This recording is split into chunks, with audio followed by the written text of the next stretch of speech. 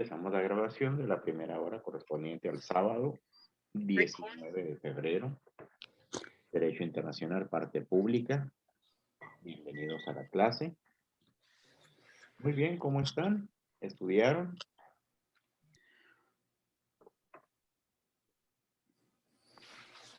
Pues ahí más o menos, licenciado. Le pongo una repasada cuando menos. Muy bien. ¿Enviaron el material nuevo? Les subí bastante material ahora en la semana.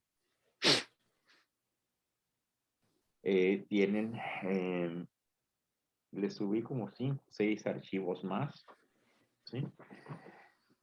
Y ya tienen bastante material debido a los temas que vamos a pasar en la clase de hoy, y ya vamos a entrar a una parte sustancial, ¿no? Estamos entrando ya a la mitad de nuestro curso.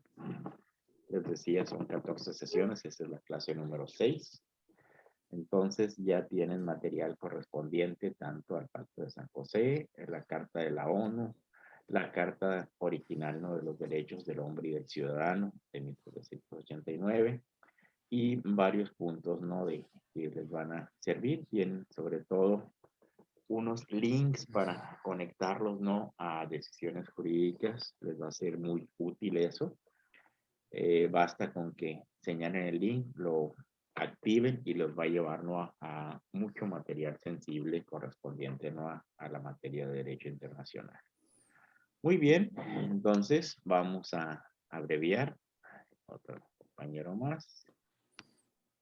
Y vamos a pasar a donde nos quedamos en la clase anterior. Y como les comentaba, regularmente a partir de la clase número 5 ya los alumnos empiezan a generarnos su clase. Vamos a hacer una reducción de la imagen aún más. Espero que todos nos estén acompañando. Que bueno, ya hay 11 participantes en este momento. Y aquí nos detuvimos en la clase anterior. Estamos viendo los elementos, ¿no?, del Estado soberano. Y empezamos a hacer una disección de la definición que nos da Verdós, que es fundamental, ¿no?, para entender lo que es el Estado soberano, y por lo tanto los conceptos de Estado y correlativamente lo que es la soberanía. Muy bien, ¿alguno de ustedes puede decirme qué es la soberanía?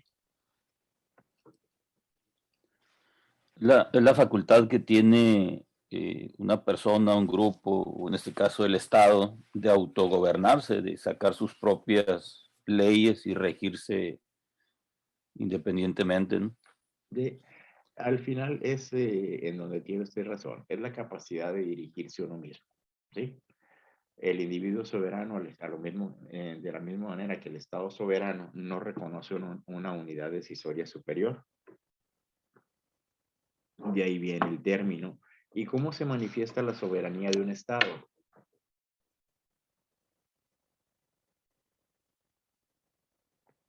¿Qué diferencia existe entre soberanía y libertad?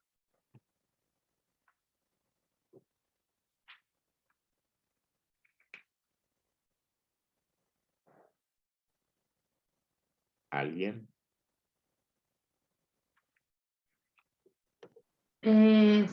Las leyes o no, puede ser. No.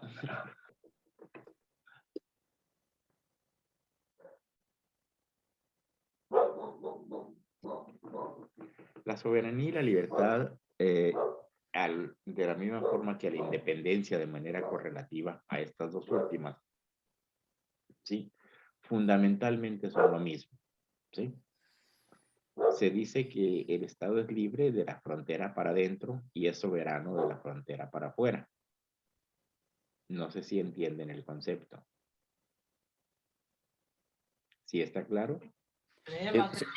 Sí, maestro, está claro que se relaciona tanto ahí con una materia de ética que estamos llevando, ¿no? Que la libertad es interna y es externa, ¿no? Bueno, ahí hay un punto, ¿no? No sé si ya lo habíamos tocado en este curso o lo toqué con este grupo, ¿sí? Estamos hablando, ¿no?, de la ética en un momento dado, ¿sí? y su punto comparativo, ¿sí? Mientras que la ética proviene de ethos, ¿sí? La raíz griega ethos, que muy colateralmente es un espejo, es un reflejo. La ética es lo que la gente puede ver, ¿sí? De ahí viene que la ética cuando es bella es estética y cuando es negativa, mala o enferma es patética, ¿sí? Eh, y es lo que la gente puede ver de nosotros como personas, ¿sí? Como personas públicas en un momento dado, como abogados, ¿sí? Mientras que hay otros conceptos en un momento dado que se enfocan a la interioridad de la persona y a la interioridad de un Estado, hablando ¿no? en términos no de derecho. No sé si ese es el concepto que estaban manejando ustedes. Bien, regresando a nuestro punto, ¿sí? Veíamos que el Estado soberano de Bert-Ross, ¿sí? Como veíamos en la definición íntegra aquí y como la vamos a segmentar, que es donde nos detuvimos en la clase anterior, dice que es una comunidad humana perfecta, ¿sí? El Estado ejerce su señorío personal sobre la sociedad. Ese es el contexto de la libertad y la capacidad punitiva del Estado, el señorío personal, la figura de la autoridad reconocida por los propios miembros del Estado. Es una comunidad permanente, puesto que el Estado permanece aunque modifique su forma de gobierno. No hay que confundir la forma de gobierno con el Estado en sí, ¿no? El Estado, como veíamos, será permanente, así sea monarquía, democracia, república, oligarquía, tiranía, etcétera, etcétera. ¿Sí? Tiene la capacidad de autogobierno, la cual es fundamental, que es la capacidad del Estado de elegir su forma de gobierno sin la intervención de terceros. ¿Sí? Es independiente, tiene la facultad de decidir su política exterior de manera autónoma. Nótese cómo la independencia se ve hacia el exterior, ¿sí? De las fronteras para afuera. Tiene un ordenamiento jurídico efectivo, sea este escrito o no. El Estado impone su ordenamiento que será acatado y en caso de infringirse será sancionado. Nótese cómo esto también tiene connotaciones internacionales, puesto que de la misma manera que hay un ordenamiento jurídico efectivo hacia el interior del Estado, también las uniones de estados y la población mundial en un momento dado tienen normas que tienen la capacidad de ser jurídicas. Al principio de este curso veíamos una parte que se refería a la particularidad de la sanción en términos no de derecho internacional público. ¿Recuerdan esa parte? ¿Sí? Así como existen fuerzas de orden público hacia el interior de un estado y existen fuerzas de orden internacional, ¿sí? A través ¿no? de las diversas organizaciones regionales, ¿sí? Manifestadas, ¿no? Por diversas órganos capaces de mantener o de imponer la paz en regiones de conflicto, ¿sí? El ordenamiento jurídico efectivo es válido para la comunidad internacional, ¿sí? Solo que a nivel internacional no hay policías, hay una particularidad de la sanción, ¿sí? Vamos a terminar este punto para volver a vernos, ¿sí? Finalmente el territorio, esa es una cuestión eh, que en los tiempos modernos ha tenido diversos puntos. Vamos a verlos en esta clase un poquito más adelante, permítanme, vamos a admitir a un compañero más, pero el territorio dice, es la imposición de un ordenamiento jurídico efectivo, se utiliza dentro de un ámbito espacial y se requiere de un núcleo territorial indiscutido. A nivel no internacional lo vemos en los conceptos de extranjería aplicados a los propios estados soberanos. Es decir, siendo México un estado soberano, para tener eso en nuestra óptica, todas las embajadas y consulados extranjeros, aún en lo que consideramos territorio nacional, se les considera la situación de extranjería, ¿sí? Es decir, del respeto a la ley extranjera que priva en esos lugares conforme a las normas de derecho internacional. ¿Sí les queda claro? Sí, maestro. ¿Sí? Bueno, vamos a avanzar un poco porque está muy lento este grupo. Las uniones de estados, bien, es la unión de varios estados que es deseable y puede verse a través de la historia cómo han existido y persisten ejemplos tales como lo fue en su momento el estado pangermánico, la Unión de Repúblicas Soviéticas Socialistas, que solo hasta los 90, ¿no? Terminaron, ¿no? de separarse. Actualmente los Emiratos Árabes Unidos, ¿sí? La República Árabe Unida, la Unión Económica Europea, denominada zona euro, ¿sí? Están los denominados tigres asiáticos, y se puede decir que son Corea del Sur, Taiwán, Singapur y Hong Kong. Países de reciente industrialización y llamados genéricamente tigres de primera generación. En inglés es NICS. También existen países denominados tigres de segunda generación, permítanme. Tigres de segunda generación que comprenden a Malasia, Tailandia, Brunei, Maestro, Filipinas, Indonesia, dígame. ¿por qué de segunda generación? Porque son más pobres. No, porque son más recientes. Ah, ok, gracias. Lo que es Corea del Sur, le recuerdo que Corea del Sur se formó después de la Segunda Guerra Mundial. De hecho, la República de Corea, que era única, se dividió en dos partes. De la misma manera como después de la Segunda Guerra Mundial existieron Alemania Oriental y Alemania Occidental, que posteriormente regresaron a ser un solo estado. De la misma manera, la primera generación, ¿sí? La conformaron en un momento de Hong Kong, que era una ciudad-estado. Hong Kong era solo una ciudad, parte, ¿no? de China continental, pero bajo el dominio británico, el cual cesó en el año 2000. De la misma manera, ¿no? que el Canal de Panamá le establecía, ¿no? la territorialidad correspondiente a Estados Unidos en el área del canal, el cual la cedió también precisamente el año 2000. No creo que fue un poquito después, pero en fin. La cuestión, ¿no? de primera y segunda generación es exclusivamente una denominación en tiempo. ¿Sí? Bien,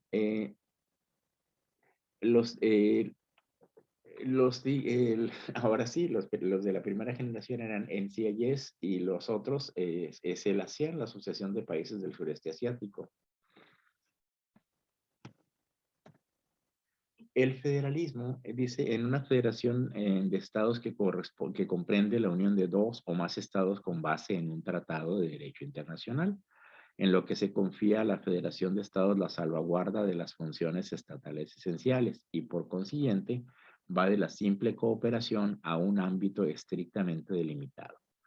¿Sí? O sea, va de lo general a lo particular. ¿Sí? Dispone de una personalidad jurídica internacional propia y reconocida y cumple con las funciones que le han sido asignadas hacia su interior, hacia adentro, al respecto de sus miembros y hacia el exterior en el ámbito internacional a través de sus propios órganos. Otro compañero que entra con retraso. Los Estados miembros conservan individualmente su personalidad de derecho internacional original en forma ilimitada, gozando inclusive del derecho de separarse, como por ejemplo la Unión de Bosnia y Herzegovina y diversas pequeñas uniones de países que antes fueron miembros de la Unión Soviética. A la Unión Europea, la OTAN, ¿sí? que es el punto de conflicto en la última semana, si han estado siguiendo las noticias internacionales. ¿Sí? De hecho, vamos a tener un pequeño ejercicio del análisis de la situación, ¿no? de Rusia actualmente en dos aspectos. Bien. En cuanto a los estados en situación particular son los protectorados. Es cuando un estado queda bajo la protección de otro. Por ejemplo, Belice con Inglaterra. Belice es protectorado británico, a pesar de que Belice es un estado independiente. ¿Sí? Los cuasi protectorados, que son los estados libres asociados, cuando un estado queda bajo el dominio de otro por intervención militar o económica. Por ejemplo, Estados Unidos con Puerto Rico, Estados Unidos con Panamá de manera limitada, Estados Unidos con Grenada, ¿sí? Y de la misma forma, Estados Unidos tiene cuasi protectorados en algunas partes, ¿no?, del sureste asiático, ¿sí? La Mancomunidad Británica, que también fue junto con Bélgica, fueron los más extendidos en casi todo el mundo, ¿sí?, sobre todo en África, ¿sí? La Mancomunidad es la unión de estados independientes unidos por su idioma y por su historia en común. Dicha mancomunidad está formada por Inglaterra, Gales, Escocia, Irlanda del Norte, Irlanda del Sur, Sudáfrica, Belice, Canadá, Australia, Nueva Zelanda y Tasmania. Y terminamos esta parte para entrar a los llamados sujetos atípicos del derecho internacional. ¿Quiénes son? Quedan ejemplos que no son considerados estados bajo el esquema de Jelinek porque carecen de alguno de los componentes del estado típico que son pueblo, gobierno y territorio. Hay muchos ejemplos, básicamente grupos étnicos como son los gitanos, los llamados, es un pueblo cuyo territorio original actualmente lo ocupan varios países de Europa Oriental y aunque tienen liderazgo no tienen un gobierno formal. De la misma manera están dispersos en todo el mundo y hay grupos como la Nación Apache, cuyo territorio actualmente ocupan Estados Unidos y México. Tienen pueblo y gobierno, pero no un territorio definido. De la misma forma, diversos grupos étnicos definidos en todo el mundo cuyos territorios forman parte actualmente no de otros países. Ejemplos hay muchos. Maestro, Mande. una pregunta. Un ejemplo clásico es el que tenemos aquí con la nación yaqui, ¿no? Sí. La nación yaqui tiene pueblo, tiene gobierno, pero está sujeto a las leyes del estado que contienen, vamos a ver así, Sí, en el ahí interior, ¿no? está, ahí tenemos dos aspectos. Por ejemplo, los grupos étnicos reconocidos por la Organización de las Naciones Unidas, los yaquis están considerados entre ellos, de la misma manera que los seris, que tienen su territorio, por así decirlo, ¿sí? Definido, y diversos otros grupos, las partes de la nación Apache, aquí son los Pimas y los Ópatas, están considerados dentro de la nación Apache, ¿sí? Son el pueblo denominado Kumkak, ¿sí? Esos tienen una característica, cruzan de Estados Unidos a México y viceversa sin necesidad de un pasaporte emitido por Estados Unidos o por México. Tienen un sistema de reconocimiento muy particular y como usted menciona, los yaquis están considerados también como un pueblo por la Organización de Naciones Unidas. Pero no hay que confundir todavía, porque los yaquis tienen una delimitación interna dentro del Estado mexicano y tienen su esquema de protección constitucional. No sé a qué parte se refiere a usted. Me refiero a que si ellos cometen algún delito, por ejemplo, homicidios, son juzgados por el Estado, Sí, independientemente de las normas que ellos tengan. Sí, porque están condicionados, el respeto a los usos y costumbres tiene la salvedad en un momento dado de que no será aplicable a los delitos del orden común. No sé si me explico. Tienen sus propias normas en un momento dado.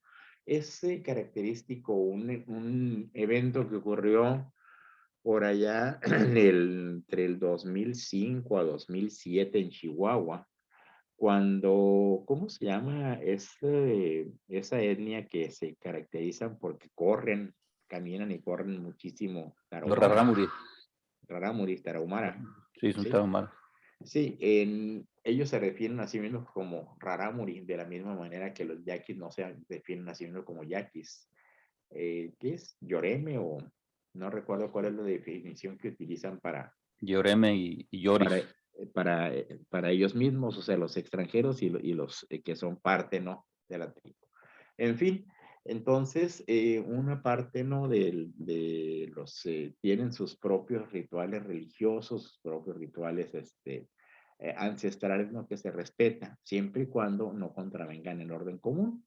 Les decía que esa particularidad, no recuerdo si fue en Casas Grandes o Nuevo Casas Grandes, Chihuahua, ¿sí?, donde unos fotógrafos que estaban haciendo un documental hicieron algunas tomas impropias para el criterio, ¿no?, de la tribu y fueron sacrificados, fueron colgados, ¿sí?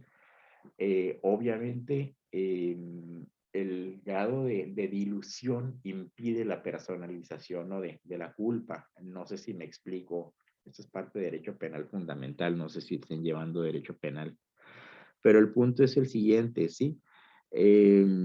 Cuando hay un linchamiento, ¿sí? Cuando un grupo de personas toma inclusive una vida humana, es casi imposible, ¿sí? Lograr, o sea, la ley no prevé una culpabilidad por dilución. No sé si me estoy explicando. Si 100 personas matan a una persona, ¿sí? Es imposible meter a los 100 en la cárcel por homicidio. ¿Sí me explico? Sí, maestro.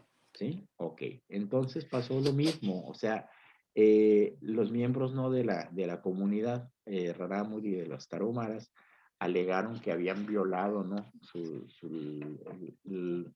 Que cometieron una especie de sacrilegio al hacer una filmación de parte, ¿no? De sus rituales. Entonces, creo que los persiguieron y los colgaron, como les digo. O sea, que era la penalidad que exigía, ¿no? Sus usos y costumbres. Los usos y costumbres que están consagrados por la Constitución siempre y cuando no contravengan el orden común. Es decir, que si hay un homicidio, deberá de ser juzgado conforme a las leyes. Igual está el famoso, ¿no? Artículo, no recuerdo si es el 10 u 11 constitucional, ¿sí? Que impide, ¿no? Los castigos inusuales. Les digo porque buena parte, ¿no? De los grupos étnicos, ¿sí? Que no aplica solo para los grupos étnicos. No sé si alguno de ustedes tenga una constitución a la mano, ¿sí? Donde dice que la nación mexicana es única e indivisible, empieza diciendo el artículo, pero al final del artículo, en el último párrafo, dice que será aplicable a todos los grupos, no solo a los grupos étnicos. Es aplicable también para comunidades que, aún siendo parte, ¿no? de territorio nacional, tienen en un momento dado sus prácticas internas. Se ve aquí en el estado de Chihuahua, ¿cómo se llaman los que venden quesos? Menonitas. Menonitas, que son, creo que, descendientes de suecos, ¿sí? O de Suecia o de Holanda, no recuerdo, pero también están en todo el mundo. Son de los La Países Bajos. llamada Nueva Italia, ¿no? En Michoacán, ¿sí? Y diversos grupos en un momento dado que no son precisamente etnias, o sea, o indígenas como lo conocemos, pero que tienen el reconocimiento de ser grupos particulares. No sé si me explico. Y los que están aquí en Bahía de Quino, maestro. Para eso. ¿Quiénes? ¿Cómo se llama ahí? Punta Checa, no sé cómo se llama el Pero es un lugar. grupo único, No sé cómo se porque pueden ser No sé grupos cómo se étnicos o llama. grupos religiosos. Sinceramente, no son los 6. ¿Cuáles son los que están en una isla? ahí en Punta Chica están los series, que yo recuerde, no hay otro grupo. Son los 6. Ah, Pero a lo que me refiero es que no necesariamente tienen que ser grupos étnicos, como series, como yaquis, pimas, ópatas, etcétera, etcétera, sino que también es extensiva la protección constitucional para grupos, por así decirlo, que viven en semi-aislamiento, ¿no? De las comunidades en donde están alojados. No sé si me explico. Bien, entonces avancemos un poco, ¿sí? ¿Vamos bien? Sí, maestro. Ok, gracias. Sí. Muy bien, tienen cabida también en esta clasificación entidades como la Santa Sede, que es la sede de la Iglesia Católica Apostólica Romana, también conocida como Iglesia Católica de Occidente. Ocupan un espacio minúsculo en la ciudad de Roma, en Italia, pero están dispersos en todo el mundo y tienen un sistema de gobierno encabezado por la figura del Papa. Están el Papa, los colegios, las comisiones, en fin, es toda una serie, ¿no? De gobierno. Después del Papa están los cardenales, que están dispersos en todo el mundo, y así sucesivamente hasta llegar al punto más modesto, ¿no? Que se representa esa corriente religiosa. También tenemos que mencionar diversas monarquías europeas y también africanas y asiáticas que tienen un rey o monarca para 2 o más países. Por ejemplo, Holanda, Suecia, Noruega, Gran Bretaña, ¿sí? Gran Bretaña, que está formada por Inglaterra, Gales y Escocia, ¿sí? Siempre hay que diferenciar lo que es Inglaterra de Gran Bretaña de la Mancomunidad Británica, ¿no? La Mancomunidad Británica es a la que se le añadirían también a de los anteriores a Canadá, Belice, Sudáfrica, Australia y Nueva Zelanda, ¿sí? También está España, con diversos principados continentales y con islas. Las más conocidas son las Islas Canarias, ¿sí? Pero están unidos en un momento dado de manera administrativa y debido a su criterio, ¿no? De tener un sistema diferente, no al democrático, que son las monarquías. Bien. En cuanto a los sujetos atípicos, vamos a mencionar que son estados con una subjetividad jurídica internacional de manera parcial, ¿sí? Y están considerados la Santa Sede o Ciudad del Vaticano, es la misma, ¿no? La Soberana Orden de Malta, los beligerantes, los movimientos de liberación nacional, los insurrectos, el individuo como un sujeto excepcional de derecho internacional público y las organizaciones internacionales. Vamos a ver a los sujetos con una subjetividad jurídica internacional parcial. Son estados compuestos, ya sea una federación o una confederación, y solo el conjunto estatal es un sujeto internacional, por ejemplo, la República Árabe Unida. Una situación de excepción es que se reconozca una subjetividad jurídica internacional a un estado miembro de una federación o de una confederación. ¿Está claro esto? ¿Qué es la subjetividad jurídica internacional? No, maestro, a ver si lo podría desmenuzar un poquito más, por favor. Dice, situación excepcional es que se reconozca subjetividad jurídica internacional, ¿sí? Precisamente es lo que se presta a confusión. La subjetividad jurídica internacional es la capacidad, ¿sí?, de ejercer un derecho o de cumplir con una obligación. Eso ya lo vimos anteriormente, ¿sí? Entonces, por ejemplo, en la República Árabe Unida está formada por diversos principados o emiratos en un momento dado, ¿sí? Que cada uno, sí, hacia el interior de la República Árabe Unida, serían como los estados de la República Mexicana en un momento dado. Son independientes entre sí, pero forman un conjunto en un momento dado para con la comunidad internacional. Ocasionalmente, debido a las situaciones que a ustedes mejor les parezca, generalmente son disputas sobre límites, ¿sí? A uno de los estados se le concede, ¿no?, la capacidad de actuar por derecho propio, aún sin lastimar, pero en ausencia, ¿no?, de la anuencia, ¿no?, de los otros miembros del estado. No sé si me estoy explicando. Vamos a poner, por ejemplo, el caso del Emirato de Qatar, ¿sí? El Emirato de Qatar, bueno, nos llegó el aviso de los 10 minutos, ¿no? Permítanme. Les decía que cada uno de los emiratos tiene la capacidad, ¿no?, de ejercer hacia el interior y actúan en conjunto para defender a cada uno de esos miembros. Sin embargo, ocasionalmente, un estado un miembro de una federación de estados puede en un momento dado cumplir con una obligación o tratar de ejercer un derecho de manera independiente de los otros miembros de la federación. No sé si queda claro en este momento. A eso se refiere la subjetividad jurídica internacional. Maestro, ¿cuáles serían las características de una federación?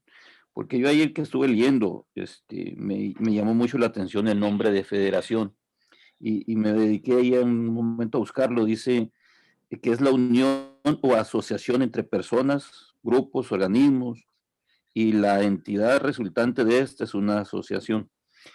¿Cuáles serían en sí las características de una asociación? Mire, Perdón, de una federación. fundamentalmente las uniones de estados pueden ser de dos tipos. Puede ser federación y puede ser confederación, ¿sí? Entonces, ¿cuál es la característica? Que en la federación hay un líder, ¿sí? Y hay una especie de organigrama, ¿sí?, Sin embargo, todos los estados tienen igualdad entre sí. Sin embargo, la federación en un momento dado es prácticamente irrompible. En teoría no lo es, porque siempre tiene que haber una cláusula de exclusión, ¿sí? Y la confederación, ¿sí? Es la unión de estados asociados. O sea, entiendo no la duda, se parece mucho, mucho la definición de uno y de otro, pero tiene esa característica, ¿sí? En una asociación, en un momento dado, para que uno de los estados salga, prácticamente tendría que romperse toda la asociación, mientras que en la confederación, ¿sí? Como su nombre indica, co, dos, bi, o hay una situación de paridad, los estados pueden entrar y salir libremente. No sé si eso le ayude o si no le quedó claro. Sí, maestro, me quedó un poco más claro. Gracias. Ok. Muy bien, entonces avancemos un poco y tenemos los estados con una capacidad de orar limitada, ¿sí? Son estados que gozaban de plena subjetividad jurídica internacional, pero por razón de un tratado, esta se ve limitada.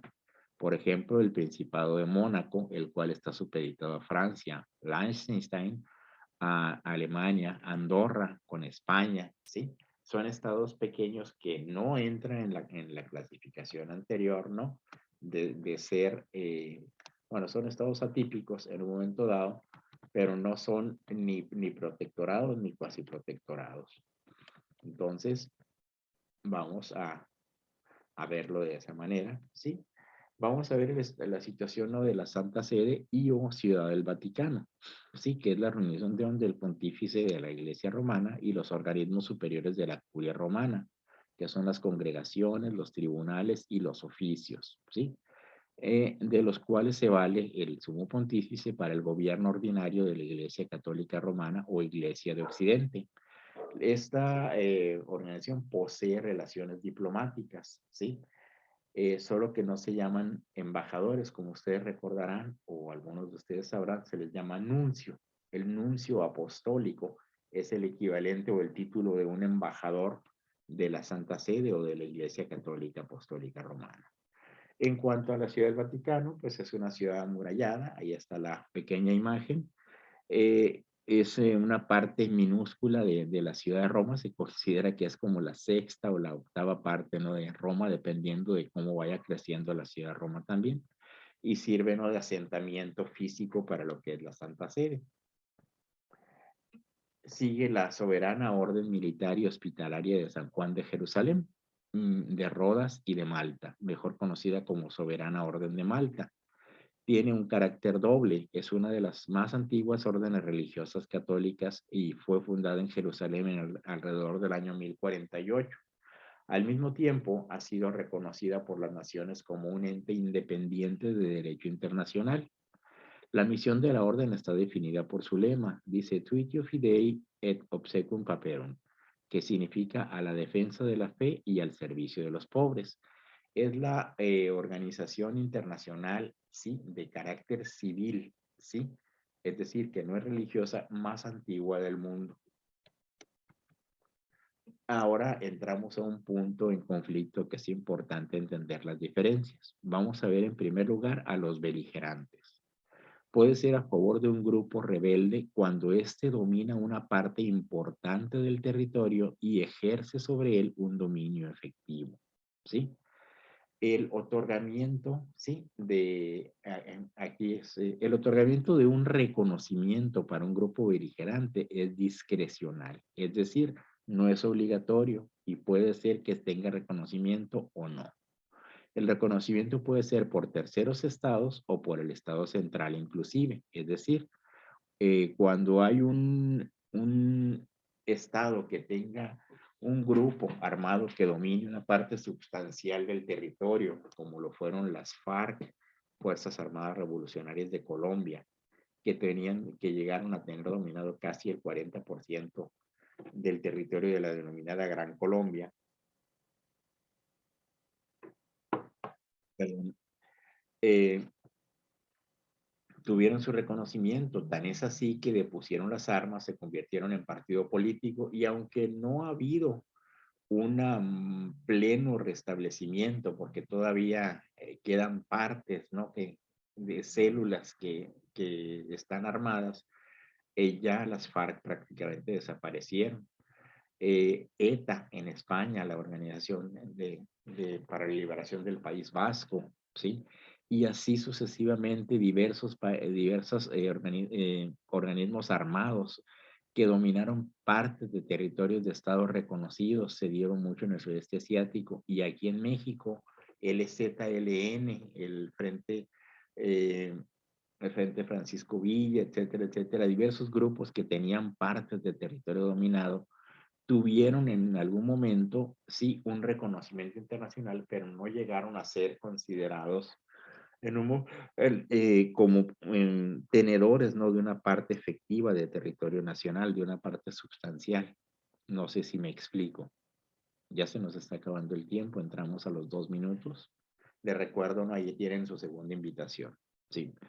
Muy bien, entonces les decía que el reconocimiento puede ser por estados terceros o por el mismo estado central, es decir, del donde están los beligerantes.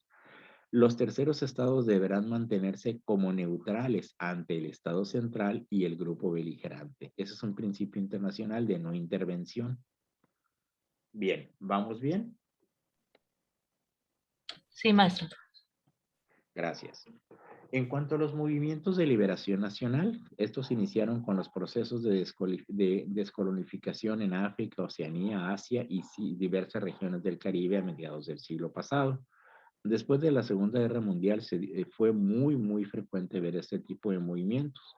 Remataron inclusive ahora a inicios de este siglo con la llamada Primavera Árabe, en la cual se liberaron muchos estados que habían sido protectorados o cuasi protectorados. Estos movimientos tienen como objetivo la autodeterminación de los pueblos. Los individuos que la integran son casi siempre poblaciones indígenas, y respecto al régimen contra el cual luchan, por lo general se trata de regímenes racistas o de ocupaciones extranjeras o ilegales. ¿Sí les queda claro? Sí, maestro. Ok. A estos movimientos les son aplicables las convenciones de Ginebra de 1949 y el protocolo primero adicional, la Convención de la Haya sobre la costumbre de la guerra. En cuanto a los tratados suscritos por los estados, se refieren a la finalización de la guerra de liberación o a la obtención de la independencia, cuando era una potencia extranjera, por cuestiones de límites para establecer fronteras y al establecimiento de fuerzas armadas de liberación en el territorio de un país. En cuanto a las relaciones internacionales, se manifiesta por las visitas oficiales que los dirigentes de los movimientos realizan a los países que les prestan ayuda económica o que sostienen políticamente su causa. Estos movimientos mantienen oficinas en diversos países, por ejemplo, la SWAPO es el Movimiento de Liberación Africana. Tiene representaciones en La Habana, en Nueva Delhi, en Nueva York, ante la ONU, la Organización para la Liberación de Palestina, que posee embajadas en ciertos países, ¿sí? Están en Atenas, en Senegal,